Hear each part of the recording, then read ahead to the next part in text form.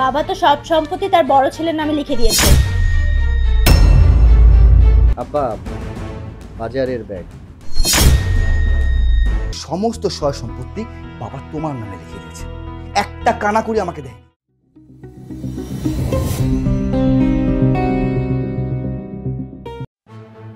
বৌমা, হঠাৎ সবারই ডাকলা কেন? বেয়াই সাহেব, আমার মেয়েটা ছোট মানুষ, ও এত কথা গুছায় বলতে পারবে না। কথাটা আমিই বলি। সংসারটা তো এখন অনেক বড় হয়ে গেছে, তাই না? আপনার ছোট ছেলে বিয়ে করছে, ছেলের বউ আছে। এখন আমার মেয়ে এত বড় সংসারে থাকতে চাইতেছে না, ও আলাদা একটা সংসার করতে চায়। আপনি ওকে আলাদা করে দেন। বৌমা, তুমি কি বলো? কি বাবা, মা যেটা বলতেছে সেটা ঠিকই বলতেছে। আমি সবার সাথে একসাথে থাকতে চাই না। এই সংসারে আমার স্বামী একলা ইনকাম করে আর সবাই বসে বসে খায়। এরকম যদি চলতে থাকে আমাদেরকে একটা ভবিষ্যৎ নেই বাবা, আপনি বলেন। তাই আমি চাই আমরা আলাদা হতে, আপনি আমাদের আলাদা করে দেন। আচ্ছা বাবা, একটা কথা চিন্তা করেন, আপনার ছেলে এই সংসারে শুধু একটা ইনকাম করে, ওর যদি চাকরিটা চলে যায় তখন তখন কি হবে? তখন সবাইকে আমাদের পথে বসতে হবে। আমাদের একটা ভবিষ্যৎ তো আছে না, কি বলেন? আমাদের ভবিষ্যতের কথা চিন্তা করেই বলছি, আমরা আলাদা হতে চাই, আপনি আমাদের আলাদা করে দেন। ভাবি, তুমি এসব কি বলছো? ভিন্ন করে দিবে, আলাদা থাকবে মানে? তোমরা যদি আমাকে আলাদা করে দাও তাহলে আমি কোথায় যাব? তাছাড়া আমার তো কোনো চাকরি বাকরি নেই, আমি কি করে খাবো আর আমার সংসারটা চালাবো কি করে বলতো? তোমরা কিভাবে চলবা সেটা তোমরা জানো, সেটা আমি দেখতে যাব কেন? এত বড় হইছো, বিয়ে করছো, সংসার করছো, সংসারের দায়িত্ব নিতে হবে না? নিজের কামাই নিজে কইরা খাওয়া শিখো। হয় মাঠে কাজ করো, নাহলে রিক্সা চালাও, কোনো না কোনো কাজ তো করে খাইতে হইব। ভাইয়ের ঘরে উপরে কয়দিন বসে খাবা? ভাবি যেটা বলেছে সেটা ঠিকই বলেছে, সে তো আর মিথ্যা কিছু বলেনি। তুমি তো সারাদিন ঘুরে বেড়াবা টোটো কোম্পানির মতো, আর সংসারটার কাজে নিতে হবে আমার, সমস্ত জ্বালা আমার। কাজকর্ম করবা না, আমার পক্ষে আর এই সংসার একা চালানো সম্ভব না। ভাবি যেটা বলেছে সেটাই। বাবা, তুমি একটা সিদ্ধান্ত নাও, এইভাবে আর পারা যায় না। তোমরা যখন সিদ্ধান্ত নিয়েই ফেলেছো যে আমাদেরকে আলাদা করে দিবে, তাহলে তো আমার আর কোনো কিছু বলার নেই। ঠিক আছে, তোমাদের সিদ্ধান্ত আমি মেনে নিচ্ছি। তবে বাবা, তোমার যা সম্পত্তি আছে তার অর্ধেক ভাগ তো আমিও পাই। আমাকে যখন আলাদা করে দিবে তোমরা, তাহলে আমার সম্পত্তির ভাগটা আমাকে বুঝিয়ে দেবে। কিসের সম্পত্তি? বাবা তো সব সম্পত্তি তার বড় ছেলের নামে লিখে দিয়েছে, তোমার নামে কোনো কিছুই নেই। সম্পত্তির আশা করো না। সব সম্পত্তি ভাইয়ের নামে মানে? বাবার যত সয় সম্পত্তি আছে, বড় ভাই যতটুকু পাবে, আমার হাজবেন্ডও তো অতটুকু পাবে। তাহলে আমাদের ভাগেরটা কোথায়? আমার সম্পত্তি তোমার জামাইরে দেই। তোমার জামাই সারাদিন খেলে হলো ক্যারাম বোর্ড, কতদিন পর খেলবো জুয়া। এই জুয়া খেলতে খেলতে আমার সয় সম্পত্তি সব বেচা ফালাই, তখন তখন আমি কি করবো? এই জন্য ওর নামে কোনো সম্পত্তি আমি দেই নাই। সয় সম্পত্তি যা আছে সব আমার এই বড় পোলার নামে দিচ্ছি, কারণ ওর কাছে দিলে আমার সম্পত্তি থাকবো, আর ওরা যদি লেখা দেই সব জুয়া খেলা নষ্ট করে হবে। এই ব্যাপার তাহলে বাবা, তাই না? সব সম্পত্তি তুমি ভাইয়ের নামে লিখে দিয়েছো। আমি কি তোমার ছেলে না? আমারও তো কিছু অধিকার রয়েছে। এই সম্পত্তির ভাগ তো আমারও পাও না, তাই না বাবা? তুমি সব সম্পত্তি ভাইয়ের নামে লিখে দিতে পাও না? আমার ভাগেরটা অন্তত আমাকে বুঝিয়ে দাও। চুপ কর, যে উঠতে চায় তার উঠতে দে। ওহো, এই ব্যাপার তাহলে। যে উঠতে চায় তাকে উঠিয়ে দাও, আর যে দেবে যাচ্ছে তাকে দাবাতে থাকো। বুঝতে পেরেছি, তোমাদের সবার ষড়যন্ত্র আমি বুঝতে পেরেছি। এই সম্পত্তির ভাগ তোমরা আমাকে দিতে চাইছো না, এটা তো তোমাদের সিদ্ধান্ত। ঠিক আছে, লাগবে না তোমাদের এই সম্পত্তি। এবার চলো, এই বাসায় আমরা অপমানিত হয়ে আর একটা মুহূর্ত থাকবো না।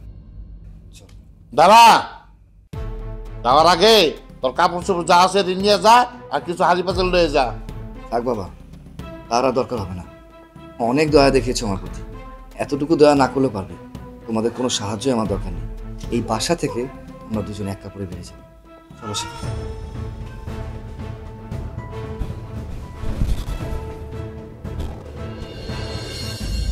শোন মা, তোকে একটা কথা বলবো বলবো বলে কয়েকদিন ধরেই ভাবছি, কিন্তু বলা হচ্ছে না। বলো না মা, কি বলতে? একটা খুব ভালো কাজ করেছিস। ভালো কাজ করেছি? কি ভালো কাজ? ওই যে তোদের বাড়ির চাকরটা, কজা না কজা কি নাম, এই বিদায় করে দিয়ে একদম ভালো কাজ করেছিস। এতদিনে তুই প্রমাণ করে দিয়েছিস যে তুই আমারই মেয়ে। তুমি এই কথাগুলো কেন বলছো মা? ওকে বিদায় করে দিয়ে আমি কি এমন ভালো কাজ করেছি? ও তো কাজ টাজ ঠিকভাবে করতো না, খালি ফাঁকি দিত, তাই বের করে দিয়েছি। এই যে দেখ, তোর শ্বশুর সারাদিন খায় আর ঘুমায়, দেখতে কেমন হচ্ছে দিন দিন, এই মোটা দোরা সাপের মতো। এটা কি ভালো দেখায়? আমি বলি কি মা, এখন থেকে তুই একটা কাজ কর, তোর শ্বশুরকে ঘরের সব কাজকর্ম করা, ঘরের কাজকর্ম বলতে এই বাইরের বাজার সদাই এগুলি করা, টুকটাক। সারাদিন এরকম শুয়ে বসে থাকে। তুমি তো এটা ঠিক কথা বলেছো মা, কিন্তু তোমার জামাই যদি এটা না মানে, তো ও যদি কোনো রাগ করে বা আমাকে কিছু বলে, তখন?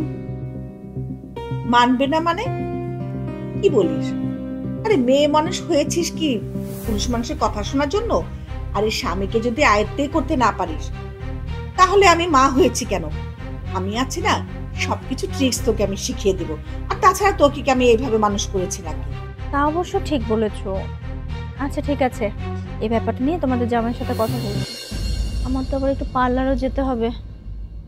আর শোন, তোর ভাই ভাবি কিন্তু রওনা দিয়ে দিয়েছে, তাদের জন্য বাজার সদাই করতে হবে না। তোর ভাইয়া তো গরুর মাংস ছাড়া খাবেই না, আর তোর ভাবি খাসির মাংস পছন্দ করে। শ্বশুরকে দিয়ে বাজারে পাঠানো, তো বসেই থাকে সারাদিন।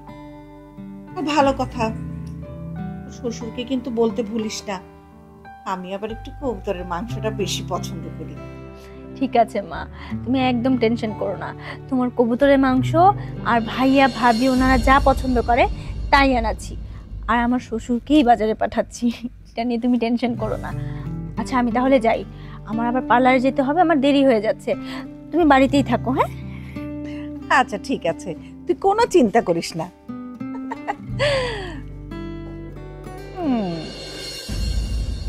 দিয়েছে প্যাচ লাগিয়ে।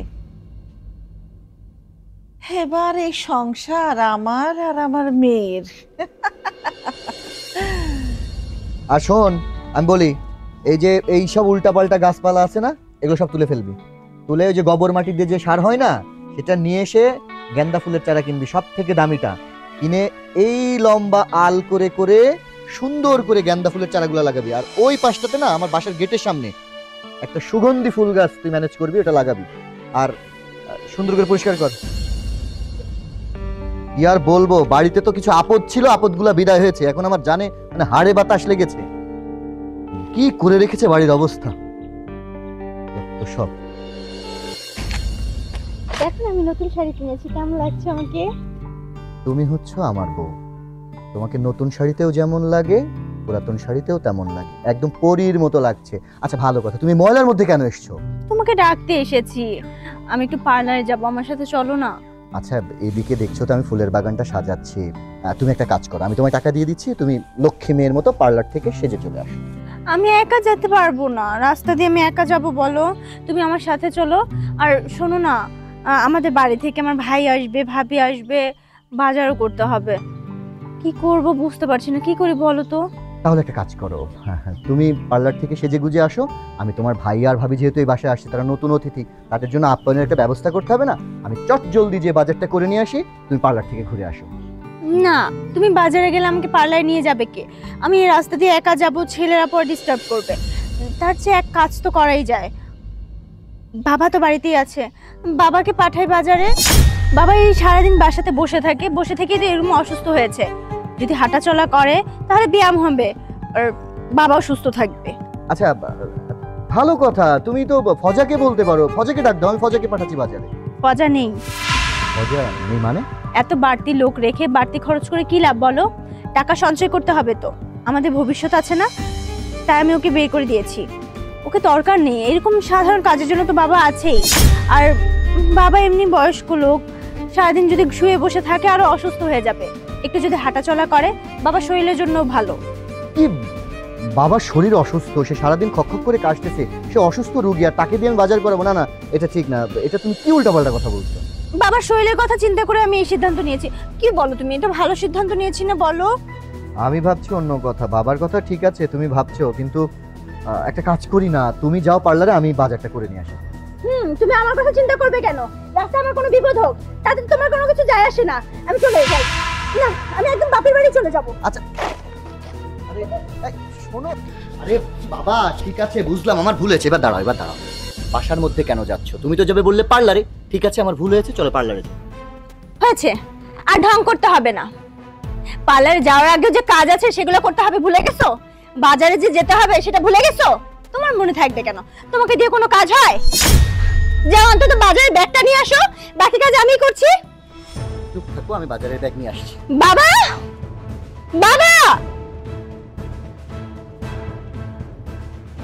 বৌমা, আমার ডাকছো? এই না, বাজারের ব্যাগ।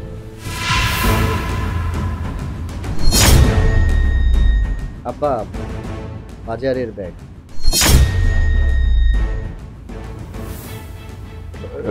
বৌমা, বাজারে ব্যাগ কেন? হয়েছে কি বাবা, আমাদের বাড়ি থেকে মেহমান আসতেছে। মেহমান আসলে তো একটু বাজার সদাই করতেই হয় বলেন। ভালো মন্দ যদি না খাওয়াতে পারি তাহলে কি চলে? আমার বড় ভাই আর ভাবি আসছে। আমার ভাবি তো আবার গরুর মাংস খেতে পারে না, তার জন্য 2 কেজি খাসির মাংস আনবেন। আর আমার ভাই তো হচ্ছে গরুর মাংস খুব পছন্দ করে। 2 কেজি মাংস আনলেই হবে। ওই সিনার মাংসগুলো দেখে আনবেন বাবা। আর আমার মায়ের কথা তো জানেনি, সে তো হচ্ছে অন্য কোনো মাংস খেতে পারে না, কবুতর মাংসটা পছন্দ করে। 4টা কবুতর আনলেই হবে।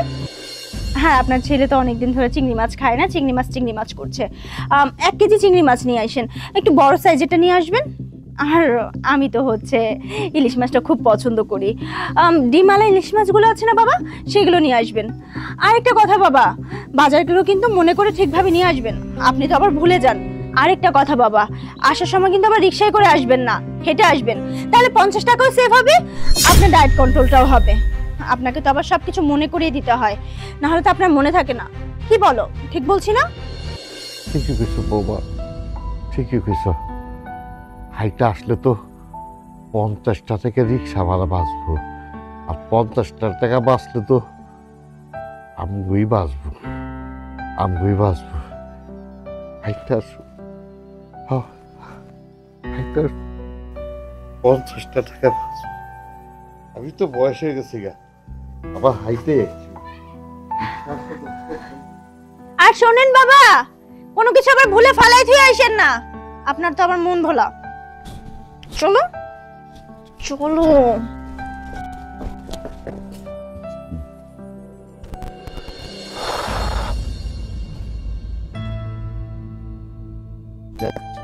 অ্যাটলিস্ট বাসা তো নিয়ে ফেললাম।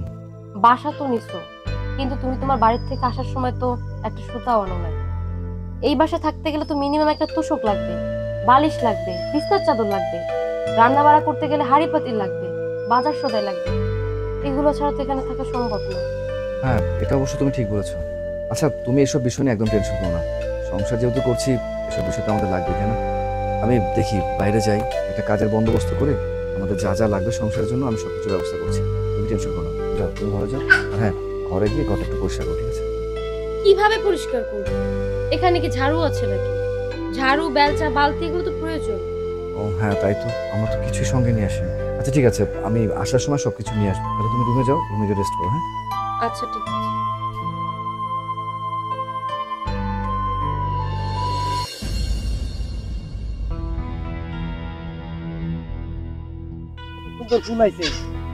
সোহেল ভাই, আসসালামু আলাইকুম, কেমন আছেন? ওয়ালাইকুম আসসালাম। ভাই, আপনার কাছেই যাচ্ছিলাম। আমার কাছে কেন? ভাই, আপনার এখানে তো অনেক মানুষই কাজ করে, টুকটাক তো অনেক মানুষেরই আপনার এখান থেকে সংসারটা চলে। তো আমি ভাবছিলাম আপনার এখানে যদি আমার একটা কাজের বন্দোবস্ত হইতো, আমার জন্য খুব ভালো হইতো। তুমি করবা কাম? সারা জীবন ক্যারাম বোর্ড টকাইছ, এত সুন্দর পড়ালেখা কইরাও তুমি ভালো একটা চাকরি লইতালা না, আর তুমি করবা কাম? এটা আমারে কইতাছ? ভাই, বোঝার চেষ্টা করেন। ভাই আমার সংসার থেকে আলাদা করে দিছে। এখন আমি যদি কাজকর্ম না করি, তাহলে আমি আমার সংসারটা কিভাবে চালাবো বলেন? আলাদা করব না করব কি? এরকম বেকার লোক কেউ দেখতে পারে না, আমিও তো দেখতে পারি না বেকার লোক। তোমার ভাই তারাইছে, ভালোই করছে। দেখো ভাই, আমি তোমারে আমার এই জায়গায় কাম কাজ দিতার পারব না। তোমার ভাই হইছে আমার বন্ধু মানুষ। তোমার ভাই জুতে দেখে তুমি আমার আন্ডারে কাজ করো, তোমার ভাই আমারে কইব কিরে শেষ পর্যন্ত আমার ভাইটারে কামলা বানায় লইছস। দেখো ভাই, আমি এইসব অপবাদ মাথায় নিয়ে আমি কাজ করতাম না। তুমি এক কাম করো, তোমার পথ দেখো, আমার রাস্তা আমি দেখি। আচ্ছা ঠিক আছে ভাই, আসি। ওয়ালাইকুম আসসালাম।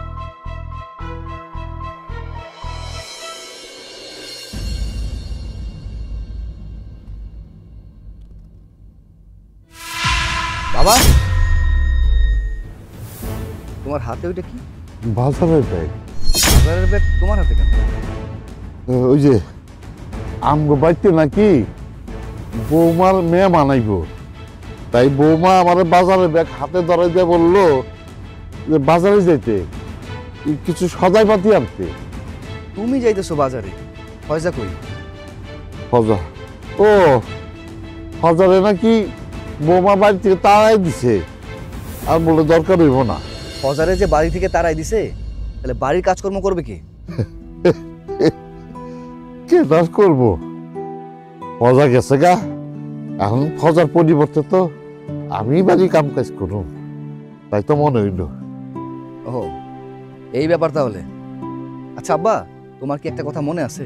তুমি আমার কি কইছিলা যে উঠতাছে তারে উঠাই দাও, আর যে দাবতাছে তারে দাবাই দাও। ভাইয়ের নামে সব সম্পত্তি লিখা দিয়া আমায় তো তুমি একবারে দাবাই দিছো। আমার পায়ের তলায় তো মাটিটা আছে, তোমার পায়ের তলায় তো দেখছি আমার মাটিটাও নাই। হ্যাঁ, কি করতেছো এসব?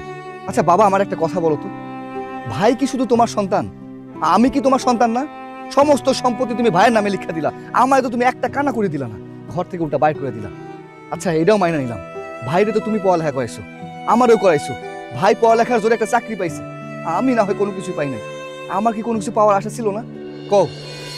তাহলে জীবনে একটা বড় ভুল করে বলাইছি রে বাবা, বড় ভুল করে বলাইছি। আমি চাইলে এই ভুলটা আমি করতাম না রে বাবা, এই ভুলটা আমি করতাম না। তুই বাড়ির থেকে যাওয়ার পরে কেমন জানি বাড়ির লোকজন সব পরিবর্তন হয়ে গেছে, আমার আগের চোখে দেখে না। এর লেগে তো বাজারে ব্যাগ হাতে ধরাই দিয়ে কয় বাজার নিয়ে আসো যান।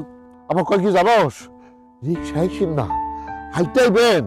রিক্সা এলে 50 টাকা খরচ হইব, ওই 50 টাকা বাঁচাইতে লেগা আমার কয় কি বাজার দিয়ে হাইটাই বেন।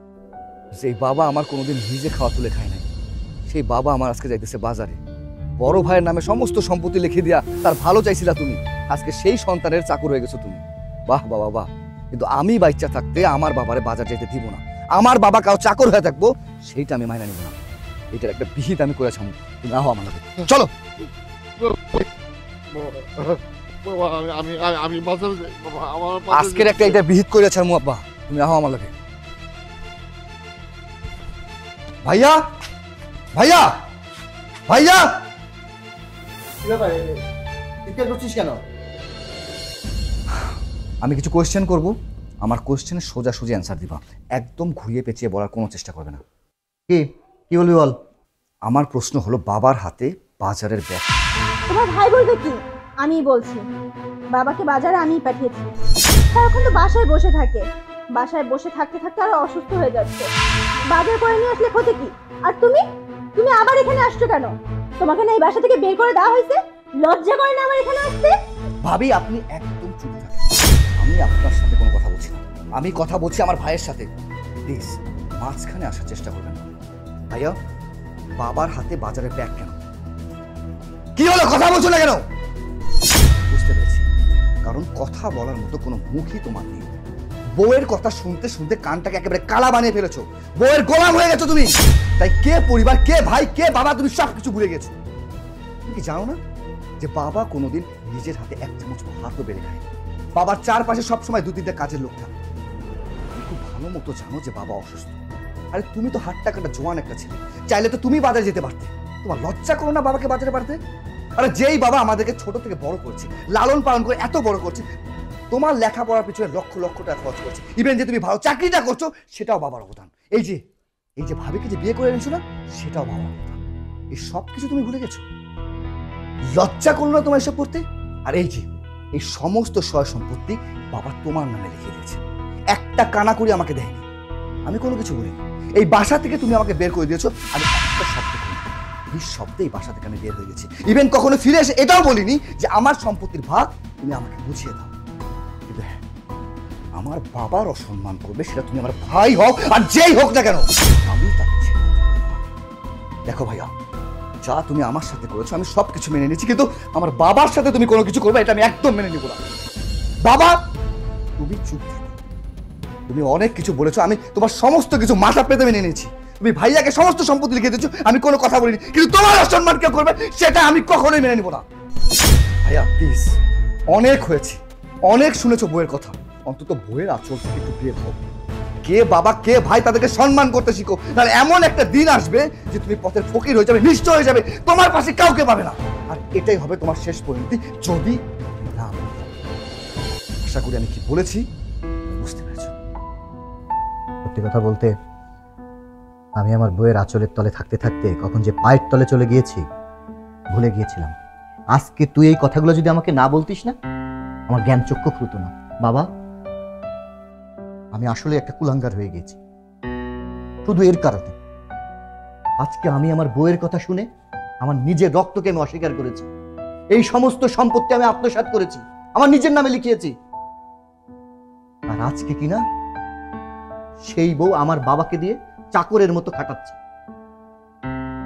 তুই ঠিক বলেছিস, আজকের পর থেকে এই বাড়িতে কে যদি থাকতে চায় তাহলে আমার বাবার চাকর হয়ে থাকবে, আর নয়তো এমন বউ আমার দরকার নেই। বাবা তুমি এইসব কি বলছো? তুমি আমার মেয়েকে এইভাবে বলতে পারো না। আমার মেয়েও কখনো কোনো কাজ করেনি, অথচ এই সংসারে সে কতই না কাজ করছে, আর আমাকে তুমি মেহমান হিসাবে এনে এখন আমাকেই অপমান করছো। আপনি চুপ করেন। আপনার জন্য আমার এই সংসারে অশান্তি। আপনি আপনার মেয়ের একটু পরামর্শ দিয়ে এই সংসারে অশান্তি করবেন। শুনেন, মান সম্মান নিয়ে আপনি এই বাড়িতে চলে যান, ধরে আপনাকে আমি ঘাট ধাক্কা দিয়ে বাড়িতে বের করব। ঠিক আছে, আমাকে যখন তোমার বাবা এত অপমানই করেছে আমি থাকবো না, কিন্তু মনে রাখো আমি একা যাব না এই সংসার থেকে। আমি গেলে এখান থেকে আমার মেয়েকে সাথে করে নিয়ে যাব। তোমাদের এই নরকের সংসারে আমি আমার মেয়েকে রাখবো না। চল মা, আমরা চলে যাই এখান থেকে, এখানে আর আমরা থাকবো না। না মা, আমি কোথাও যাব না।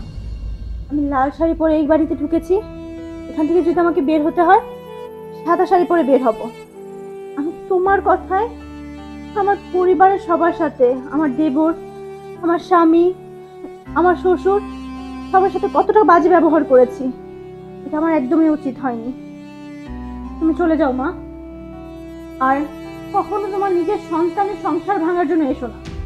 তোমার কথায় মা, আমি আমার সুখের সংসারের মধ্যে আগুন লাগিয়েছি, আমার সোনার সংসারটা আমি ভেঙে তছনছ করে ফেলেছি।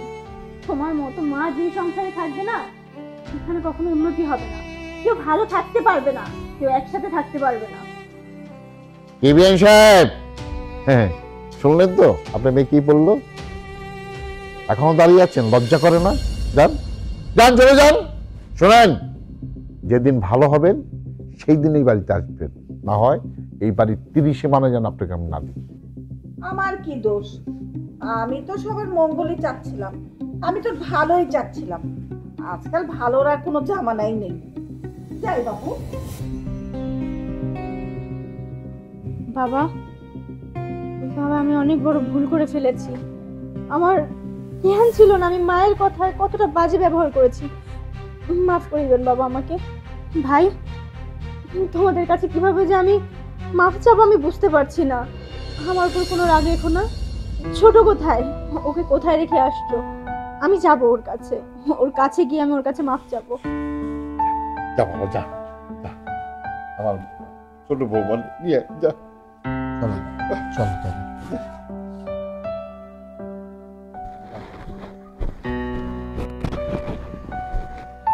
ভাবি, আপনারা? বোন, আমি তো তোমার বড় বোনের মতোই। আমি না হলে না বুঝে অনেক কিছু বলে ফেলেছি তোমাদেরকে, কিছু মনে করো না। চলো বাড়ি ফিরে চলো। হ্যাঁ, তুমি আর না করো না, তোমার ভাবি যেটা বলছে ঠিকই বলছে।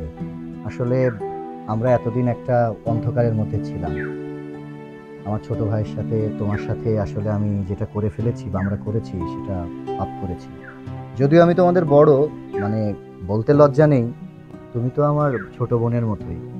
ভাই তুই রাগ করিস না, ওকে নিয়ে চল। তোমরা আজকে থেকে একসাথেই থাকবে, তোমরা আজকে থেকে আমাদের সাথেই থাকবে, কারণ ওই বাড়ি তো শুধু আমার না, আমার ছোট ভাইয়েরও আমারও। হ্যাঁ, আজকে থেকে আমরা সবাই একসাথে থাকবো, মিলেমিশে থাকবো।